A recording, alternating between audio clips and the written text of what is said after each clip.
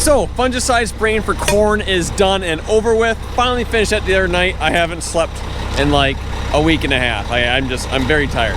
But we are moving on to soybean spraying now, and luckily for soybeans, we can use our big sprayer. So we got the Fast 9524T. I keep forgetting what the number is in this thing. I think it's 9524. Anyways, now we got this out. Thank goodness, go for a 320 gallon tank to a 2400 gallon tank, and a 60 foot boom to a 120 foot boom. Whew. It's gonna be a night and day difference. But we are gonna try spraying this in conventional mode instead of using a PWM system. I've been having quite a bit of issues with the Capstan recently, and I'll go in depth on it, the issues I've been having when I do my year-end review of this sprayer. But we're gonna try conventional tonight. I might switch back to the PWM after a while, but I just want to see what it's like spraying with a pull behind sprayer in conventional mode. Also, a little experiment that I'm doing here today is, for some reason, this tractor and sprayer just never really worked good on the auto path lines that we created this year. So I took the John Deere receiver off and put an Ag or GPS one on. So we're gonna see if auto path works any better, or if it's something with this tractor doesn't like auto path.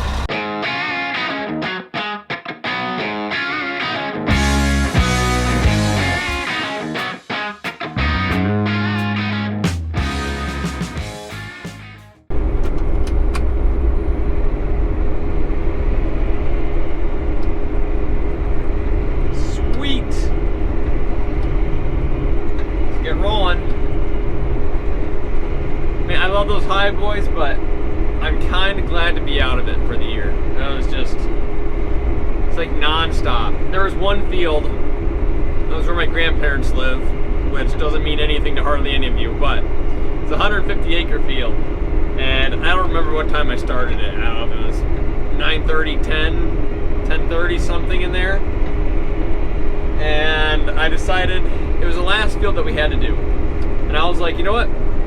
I'm just gonna get it done. I don't care. I'm just gonna finish it, get it done. I just want to get corn over with. And I think I finished the field at like 3:30 in the morning or something like that. I think I woke up again at about 8 o'clock. See, I think it was about 5 o'clock by the time I got to bed, because I had to put everything away. And then I got home, I had a shower and everything else. So I think I got to bed about 5 o'clock, and I got woke up at like 9 to go back to the farm. That was my big sleep night for the week. Soybean spraying should be a lot easier, because you can start a little bit earlier. With a bigger tank, we can spray higher gallons per acre, so instead of doing 12.3, we're doing 19.2. And yeah, so we can start a little earlier at night and go a little bit later in the morning. 2,400 gallon tank, 120 foot boom, you just get a lot more done. And we have less soybeans than corn this year, so probably 2 or 3 days of this and we'll be done, hopefully. Let me turn on the steerable hitch before I pull in here. Turn that on.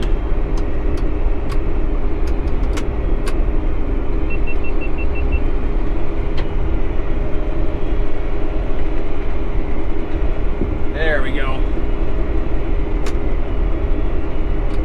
I love that steerable hitch so much.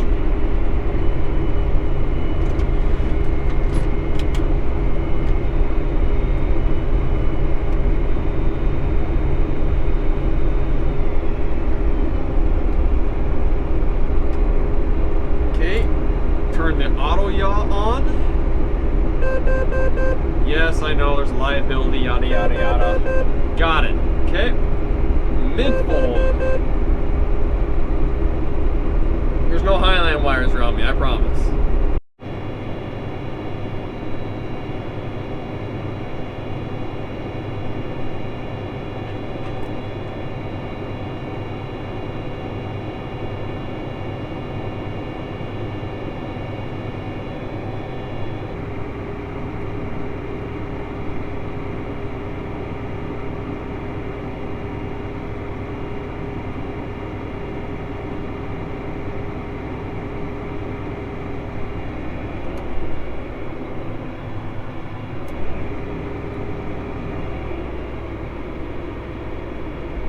There we go. I have no idea if 21 inches is where it's supposed to be. I'll maybe put it back to 25.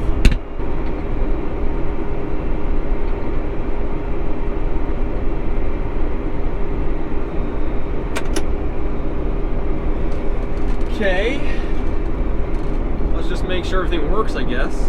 One thing that I've found that I really like about the sprayer versus self-propelled is it's so much easier to back up. You can actually see where that track is, and you can make sure you're not running over anything over, and it's just, I like it. It's kind of, doesn't really make sense. You would think it'd be easier to back up the self-propelled, but I like this better. Okay, let's do a test speed. 12 miles an hour, I have no idea. Second control off. Oh wait, I don't have the pump on. Okay, let's turn the pump on.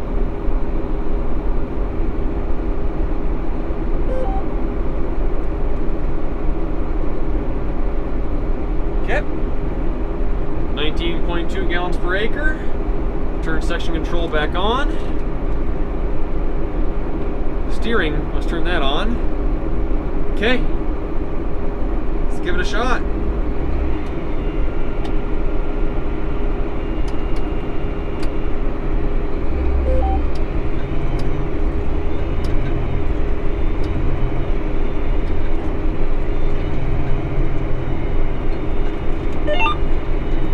One thing we're really concerned about here is running over soybeans. So, I don't know, we'll see. I'm model pathing at the moment. I'm a shift 1 inch to the right. Let's see what happens.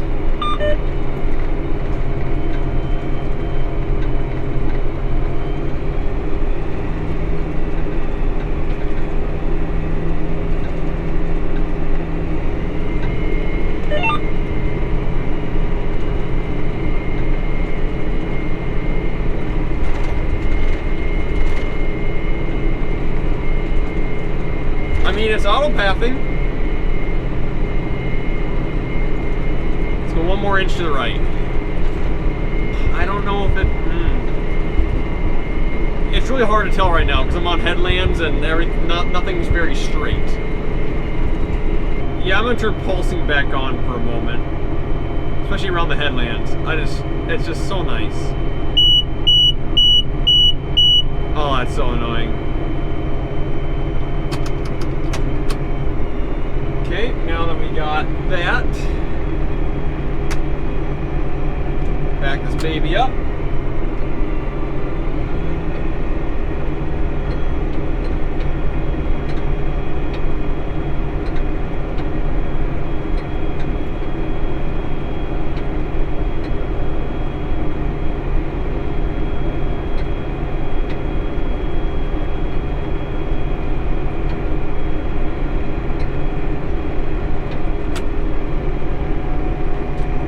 I love that. Okay. Wait, do I have a PSI set? I don't think I have a PSI set.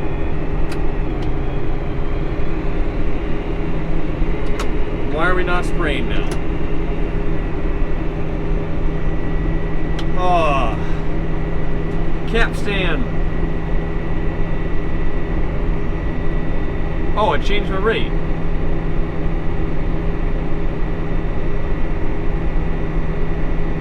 Okay.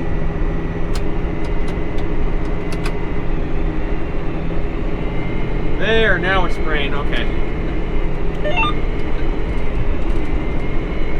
So I turned the pulsing back on, and then it decided that it didn't want to record anything. So I did a software restart in the Capstan, and we're going to see if we can get a recording of where I've actually been, so that way I can use section control. Okay. Turn you on.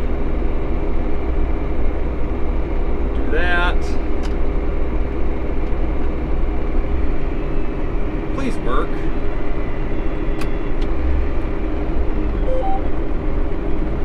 Hey, okay, it's working.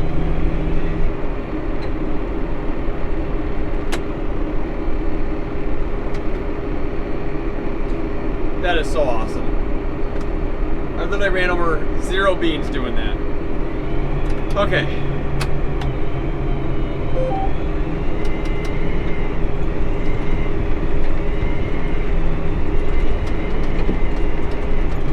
I think I gotta change some settings on the tractor to get auto path to work better, because it'll hold it and then it'll like do a wiggle. Doing the same thing whether I have the Agri GPS or the John Deere receiver on there. So it's neither of those things' fault. I think I just gotta really dive into settings on the auto steer, dial it in a bit. Okay, I turned the steering sensitivity down a bunch. It's actually doing a really good job. No hands on a headland pass. I'm okay with this. Maybe shift it one more inch. It will be good.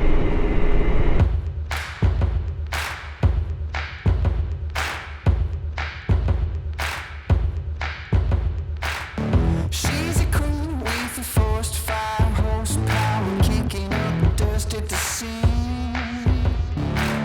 She's a story mama told you not to touch, but you can shake your curiosity. She's too hot to handle.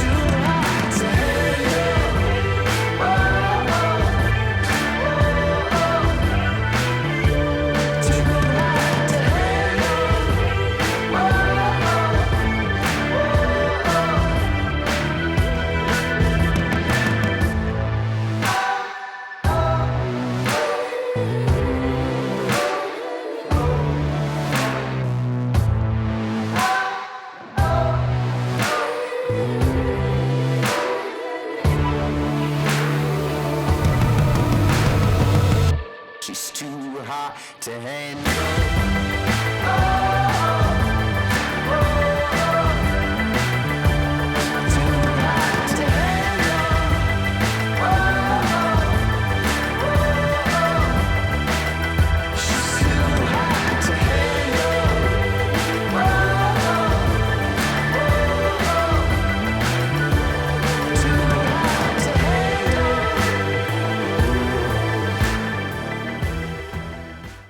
Alright, well I stopped to take a look here, see how our tracks look, see if we're taking out many beans. We have 2 different varieties of beans planted on this field, and the side that I'm currently on are the less bushy beans, so these ones should be easier to drive through with the sprayer. But the one, we're worried about this because our tractor tracks are wider than like their self-propelled sprayer tracks were. But if I really take a look at this, I mean, we're obviously like we're hitting them a little bit, but they're still attached. They still have most of their leaves on them. And just looking down the rows, I don't see anything too significant.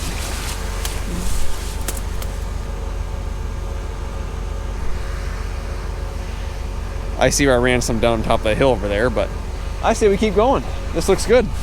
Well, I'm on the side of the bushier beans now. They're definitely a little harder to drive through. But that entire pass I just did, so I'm out of the headlands now, I'm on a normal straight track pass. I had my auto path on. I didn't steer this pass at all.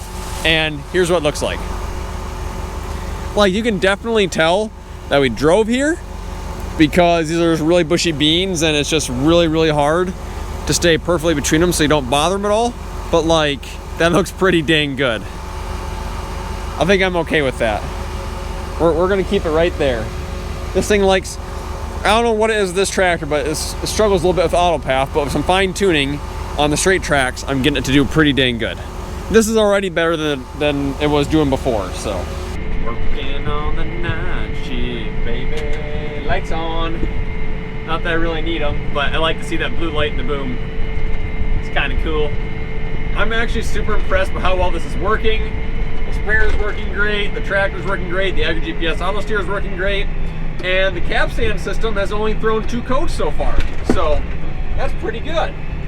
We're only 88 acres into it, but you know. And remember guys, the AgriGPS receiver is 5% off, so that's 220 bucks on my website until August 9th. So if you're looking into AgriGPS receiver, click the link down in the description, and August 9th is when the sale ends. 2023, obviously.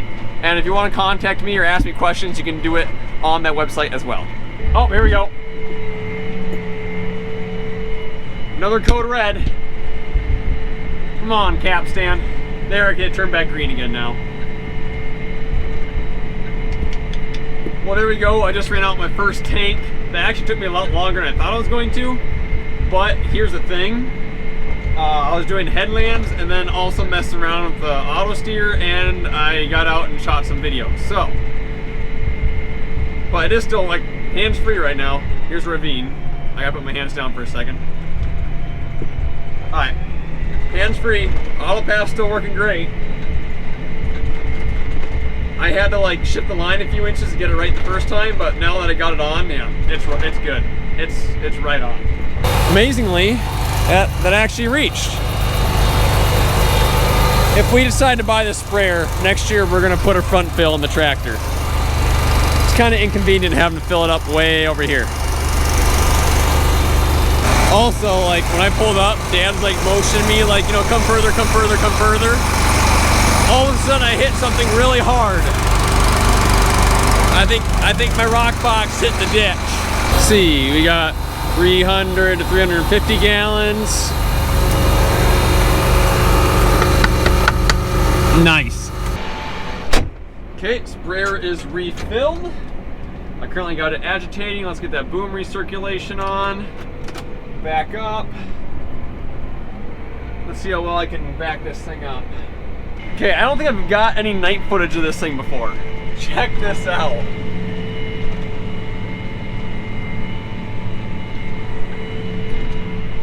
That is, you can actually almost see the nozzles better at night than you can during the day.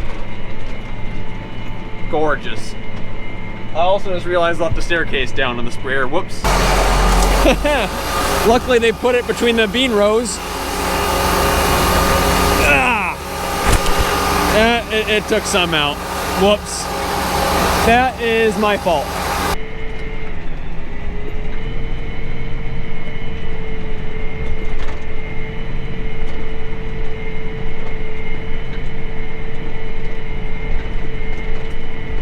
I turned the noise all the way down on the monitor so the Capstan system would stop beeping at me, because it is the most...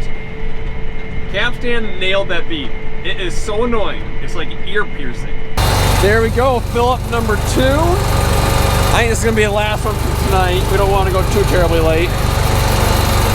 This time we decided to pull up alongside of the truck. It just works a little bit better where that fill is put. And I don't think we can quite get that boom high enough to go over the truck, so I just folded it up quick. Okay, I got the tank agitating and the boom recirculating. Inner fold out. Unfold this boom, keep going. I have found a downside to tracks.